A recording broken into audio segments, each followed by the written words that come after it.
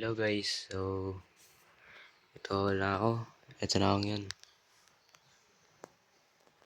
So kung gusto niyo mapanood yung video ko, meron naman akong account. So ito. So tara, i-update ko na kayo kung ano yung itsura ng bahay namin ngayon. Okay, so ganito na yung itsura niya.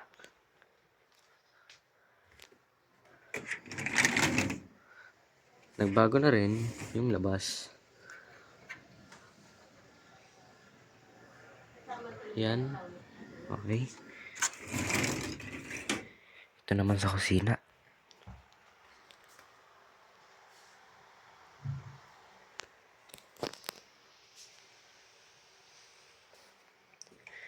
Pagkabukas mo dito, abungan mo si Snow dyan. So, ang problema kay Snow ngayon is medyo blue na yung mata niya. Okay, so sana gumaling siya. And, ito, so may malaking biyaya na pumunta sa amin. And, ito yun.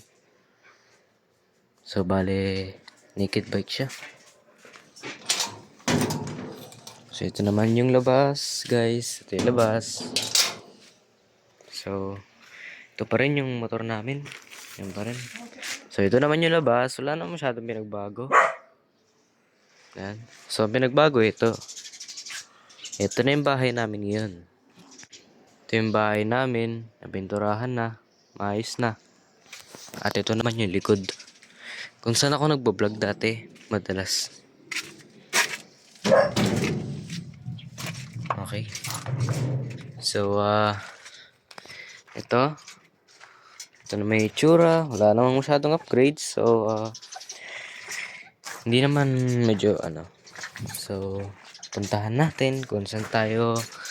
Actually, tignan na lang natin kasi hindi ako makakakyat kasi ang daming harang, no? Dito kami umaakyat. So, it's very risky. It's very risky kasi sa maling tapak mo dito. Yan, dito. Matapilok ka lang dyan. Ito pa, nakabungad pa to. Matapilok ka pa lang dyan.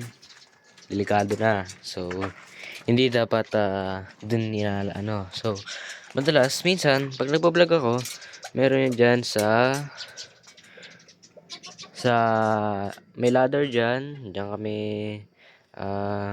kami maakyat. So, yung papaya natin ay wala na. So, pinutol na siya kasi hindi naman siya namumunga. So, yun. So, meron tayong isang bagong alaga. Unfortunately, namatay na yung isa. Kahapon lang. Ito siya nilibing. So, ito yung isang yun. See? Wala siyang kasama. Nakakalungkot, diba? Alam nyo, ganyan talaga yung buhay. Minsan nagkakaroon ka, minsan nawawalan ka. Kahit tignan nyo pa. Wala na siyang kasama. Wala na siyang kasama. Dito nakalibing. So, ito naman, ang itsura ko ngayon. So, wala namang pinagbago. Di ba medyo? Pinagbago ko lang is ito. Ito. So, wala na masyadong pinagbago guys kasi, maayos pa rin naman. Ito lang hindi. So, sa tagal kong hindi nagbablog, hindi na ako marunong kung paano. Yan. So, sana kung sino man yung viewers ko dyan, kilala nyo pa rin ako hanggang ngayon. Kasi tutuloy ko yung vlog ko hanggang sa tumanda ako until 16 or 18. Okay guys, sa susunod na video na lang. Goodbye.